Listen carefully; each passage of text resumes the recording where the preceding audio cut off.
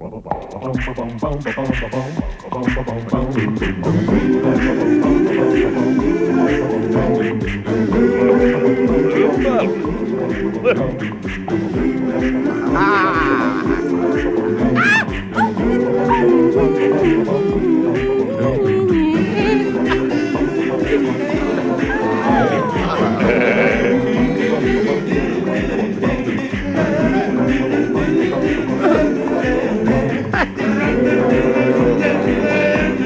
Spitfire was generally able to gain a massive height advantage over the ME-109, which had enabled it to come barreling in out of the sun. And when I say barreling, I do mean barreling.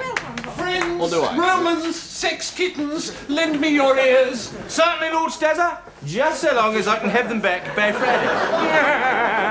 It's not a prop joke, Bobser. It's a Shakespearean expression. What is? Sodly fickle-ofkin, thou duck-faced bastable. Othello. Fair enough. Oh, do tell us your news, Lord Stezza. My heart's beating like Keith Moon. And of course it isn't dead. It couldn't be worse, my sad and threatened glory sperms. I haven't felt so rotten rigid since I discovered my mother was a woman. Oh, calm down, Lord Stezza. You know what happens when you get too excited. A timely reminder, Shizzer, a timely reminder. After all, it is you that has to do the clearing up afterwards. Exactly. It's my painful duty to have to tell you all that I'm leaving the pretend pub. Yes, indeed, my nipples, the end has come. I have been done the signal, if not entirely unexpected honour, of being asked to play the part of James Bond. Which part? I have told the producer, Mr. Tubby Brussels Sprout, that I accept. I shall, of course, be staying with you until the end of this episode, but in about 25 minutes, I'll be off. Oh, but Lord Stezza, you can't. Oh, well, I suppose I shall miss the old git. It's worse than that, I'm afraid. What? Well, some of you may know that it's Lord Stezza's mother, the Virgin Queen, who pays Dr. Network to add us all on in the first place. No Lord Stezza, goodbye Cookie Crumble.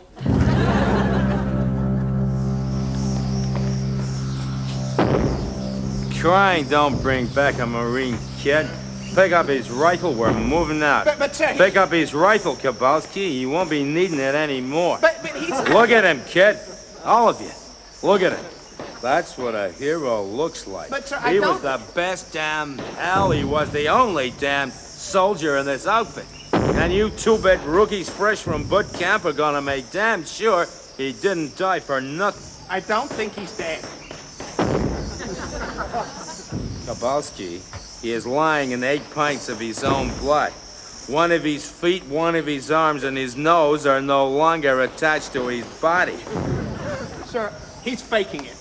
This nose, sir, it's made of rubber. And this arm, he had a tattoo on his, I think. And this blood, it's ketchup. Ah, sure seems kind of savory. And this bullet hole in his brain is not a real bullet hole, sir. This brain, it's a lettuce. And this foot, it's not his foot at all. It's mine. Get up, O'Hannigan. I said get up. What do you got to say for yourself, soldier? Well, sir, I'd just like to thank you for all the wonderful things you said about me, sir, and, well, I guess I was kind of scared. We're all kind of scared, kid. No, I was particularly scared, sir. We're all particularly scared, kid. I'm really sure I was more scared than anybody else, sir, and all I'm asking for is a chance to start over again. Okay, you got it.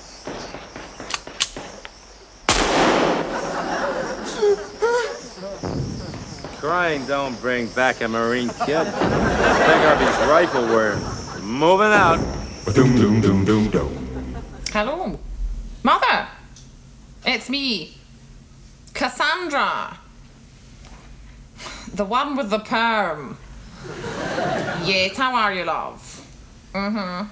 Yes. Uh-huh. It was piles then.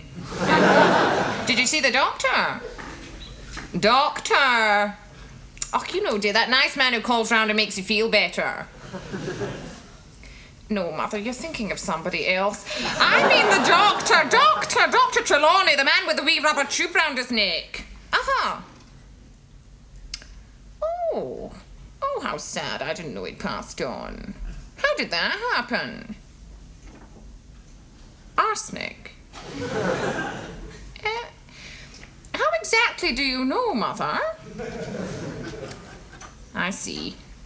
No, not to worry, just so long as you don't tell anybody else. Honestly, Mother, you are awful. What brought that on, then? Well, if he was checking you for piles, he didn't have much option but to look there, did he? I'm not cross, I'm just concerned. Oh, look, it's done now. Send Mrs. Trelawney some flowers, it'll make you feel better. Now, listen, how's Mrs. Body? Oh, Mother, you haven't. Oh, Mother, now I am cross. Why? What in God's name did she ever do to hurt you? Light-fingered? Well, what did she take? Oh, no, oh, Lord, Mother, no. I took the clothes horse. Yes, ages ago. 1975. I gave it to Millie for her wedding present. Oh, Mother, you really are the end. Oh, but I shall just have to ring the agency. Well, you know how I worry about you being on your own. Oh, don't cry, dear, don't cry. For God's sake, I promise to find you somebody nice, okay? But listen, Mother, you must promise me not to do anything naughty with her, because you never know what might happen, dear. I mean, look at me. All this for a tin of tuna. So what you're saying then, sir, is that the Russian spy is a dwarf, and that he's hiding in a well-known boys' prep school. And you want me to go out there and personally body search all the boys until I discover the one with "I love Moscow" tattooed on his bottom. That's exactly what I mean, Bond. And then I want you to fly to an exotic location for apparently no reason at all. I see, sir. He's still at it in there, fantasising away. Do you think somebody ought to tell him James Bond's heterosexual? I don't care what country he's born in. Lord Stezza can't play him. We will all be out of a job. Pretend barmaid Chizzer. If the worst comes to the worst and, well, we don't make it, I just want you to know that even though you're a communist and a Marxist, not fit to lick the fluff out of my belly button, I love you and I want you to be my servant. Oh, Hazza, this is so unexpected. Shouldn't you be on your knees? Great, I love a chick who's a little old-fashioned. It's just, when I kick you in the face, I don't want to have to stand on the bar. There must be something that'll make him stay. Perhaps we should try sex, Beza. Ezra, that is the first nice thing you've ever said to me. But somehow it all seems too late. This Oscar is entirely mine. I'm fabulous and I'm gorgeous. Hello, yes, hold you hard 1 moment, my proud beauty. Oh, Beza, my loving darling gland. Come in. Lord Stezza? Yes, what can I do for you? I've come to appeal to your better nature. What better nature would that be, Beza? Lord Stezza, I want to tell you a story. A story about an actor who became a star. He was a handsome matinee idol, but for all his winning ways, he still couldn't make it without the help of his friends.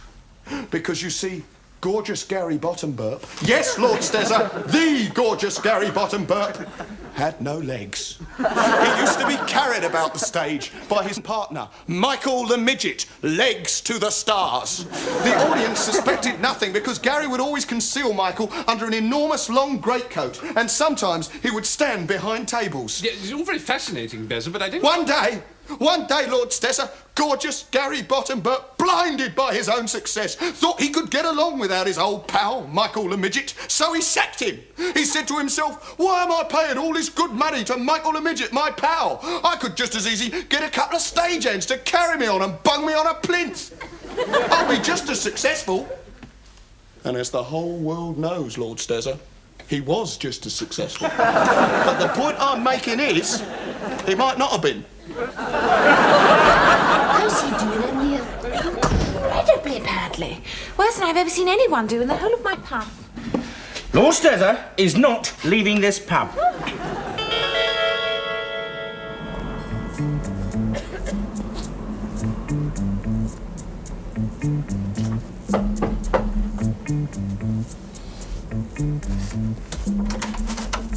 Mr. Stone, may we come in? Hello, yes, of course. You know Mr. Thomas, our church warden? No, I don't. How do you do? Nice place you got here, Mr. Stone. Very nice. Oh, thank you. Yes, I'm very fond of it. I'm sure you are. So fond, in fact, you don't like to leave it on a Sunday morning. Is that right? Sorry, We haven't seen you at church these last 9 Sundays, Mr. S. No. I've been quite busy, actually. Oh, I'm sorry to hear that, Mr. Stone. He's been rather busy, Mr. Thomas. I'm heartbroken, Red. Mr. Thomas is heartbroken to hear that you've been kept rather busy. Well, you know, it's... You ever heard of Satan? What? Satan? You ever heard of him? Yes. No, well, that's a start, isn't it? Well, I'm in a position to tell you, Mr. Stone, that Satan is all set to devour this country of ours. Did you know that? Isn't it so, Mr. Thomas? Absolutely, Reverend. Satan has got all peckish. Peckish. And he wants to gobble up all the little souls he can find. Gobble, gobble, gobble. Oh, dear. Oh, dear. Indeed. Let's imagine that this vase is your soul, Mr. Stone. Along comes Satan, gobble, gobble. Oh, yes, he can be a very messy eater. Was it a valuable vase, Mr. Stone? Well, yes, it was, as a matter of fact. Still, not as valuable as your soul, eh? Your soul is priceless. You should look after your soul. All you have to do, Mr. Stone, is go to church, receive the sacrament of the Holy Eucharist, bun something in the offertory plate, and you are on velvet in clover. Laughing, safe, protected. So if some Catholic or Baptist was to come round threatening eternal damnation, you know you'd be all safe and warm and snug. I see. Right.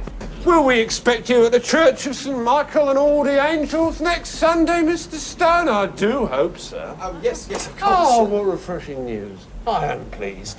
Good day to you, Mr. Stone. Gobble, gobble, gobble.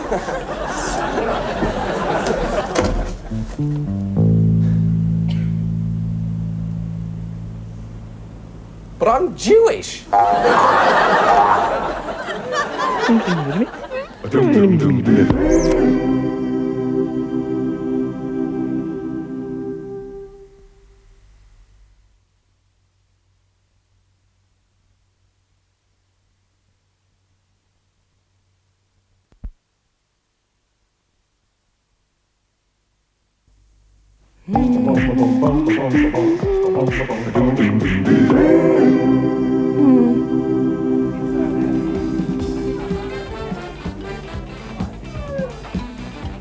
I think I know that woman.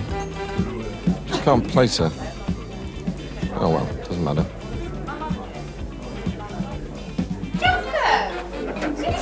God, she's coming over. Where have you been hiding? Hi, God. How are you? God, who are you? Jumbo? It is you. How are you? Who the hell are you? Well, hello, mate. Hello. Hello.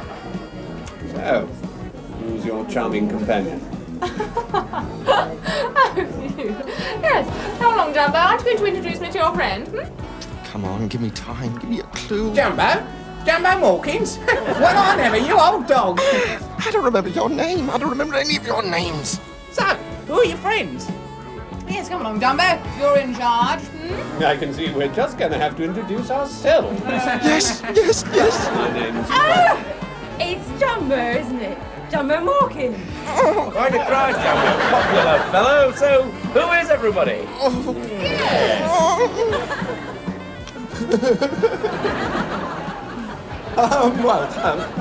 Let's start over here. We've known each other. What? Well, can I introduce?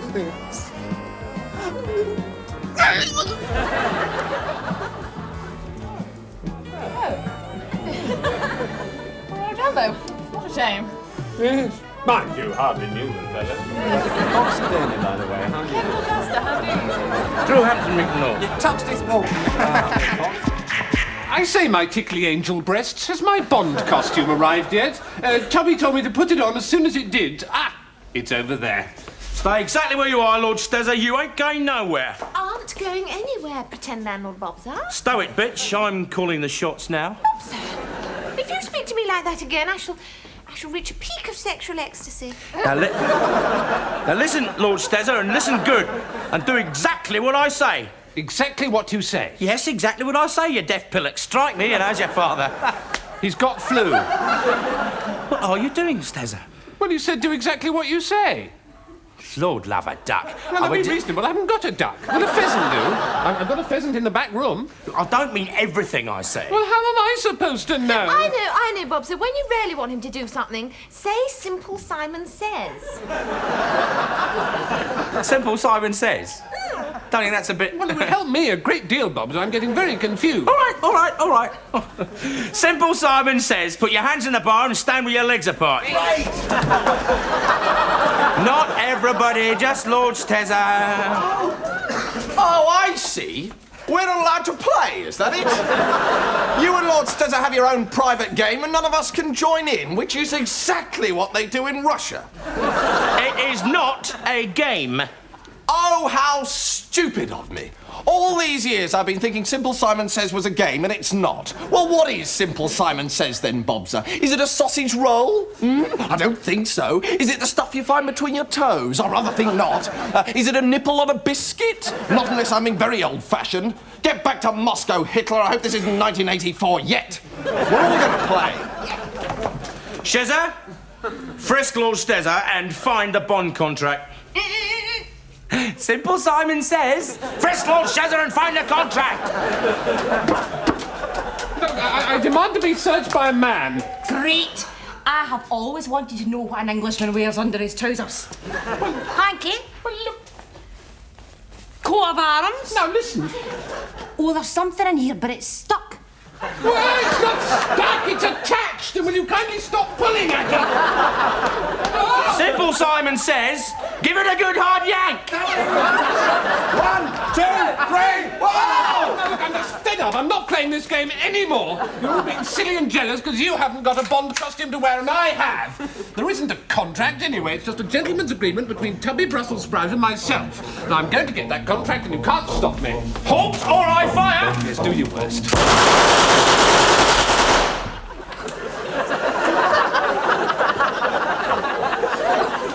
Yes, well, I dare say. Missed.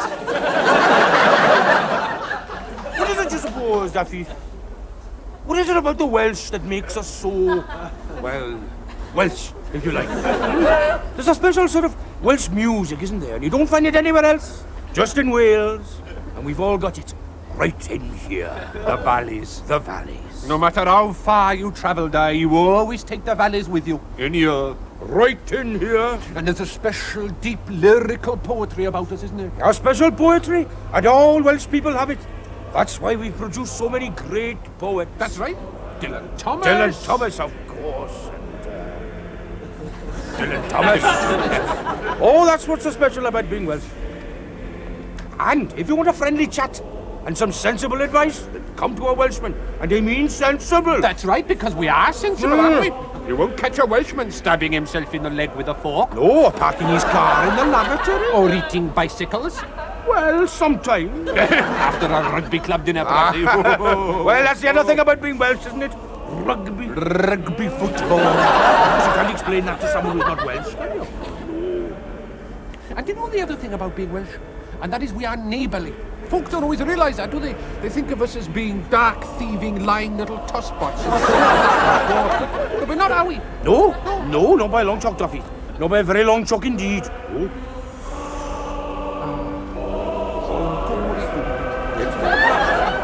I'd live there myself if they didn't keep burning my already cottage down.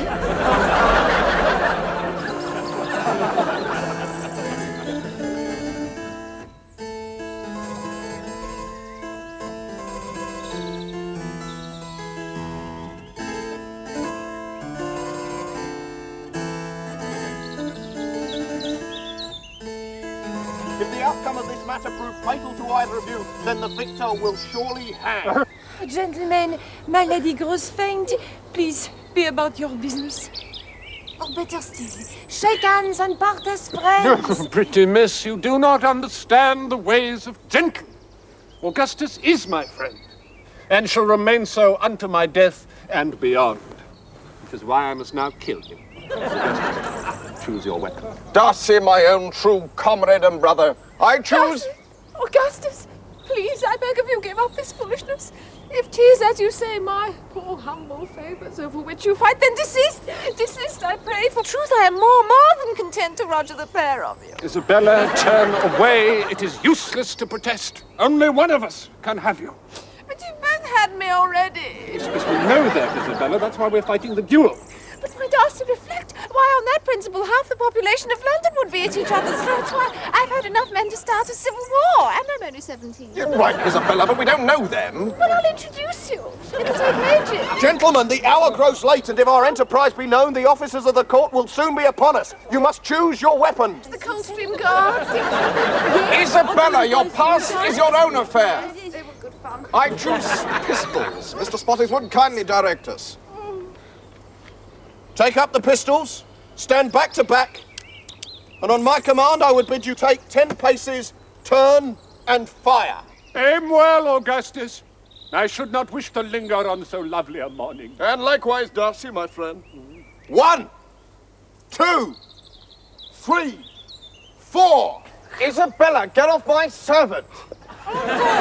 Gentlemen, we must make haste. If the watch has been called, then any delay might mean prison for us all. Mr. Spottiswoode, this duel concerns the fair Isabella, and I'm not going to do it while she's assaulting my servant. There's no assault, sir. No assault. I'm a willing accessory. Oh, my God. Please, desist. Look, we are just coming to the exciting bit now.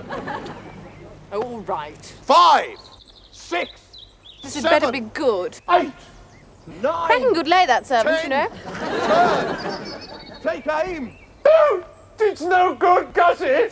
I can't go through with it. I love you, Gussie! You bloody fool, Darcy!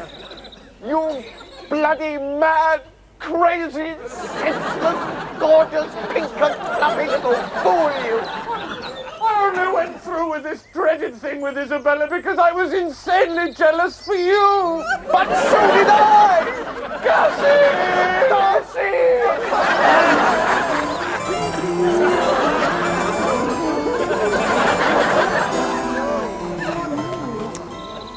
Oh, I don't know. Anyone fancy a bit? Mr. Spottiswoode? Well, everybody, this is it. The end of our careers. I can't believe it. The pretend pub. Finished. Mind you, it always was a load of smelly old rubbish. But it was our load of smelly old rubbish, and we loved it. When Lord Stezzer comes out of that door in his new costume, that's it. Dr. Network will sack the lot of us. Doesn't look much like James Bond to me. There's something very fishy about all this.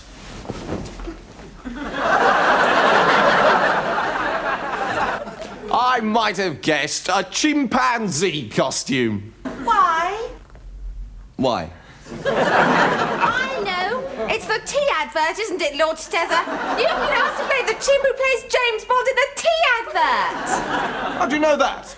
I just do. I didn't know either until I tried the costume on. I always thought they used a real monkey. They do. I'm just going to play his understudy.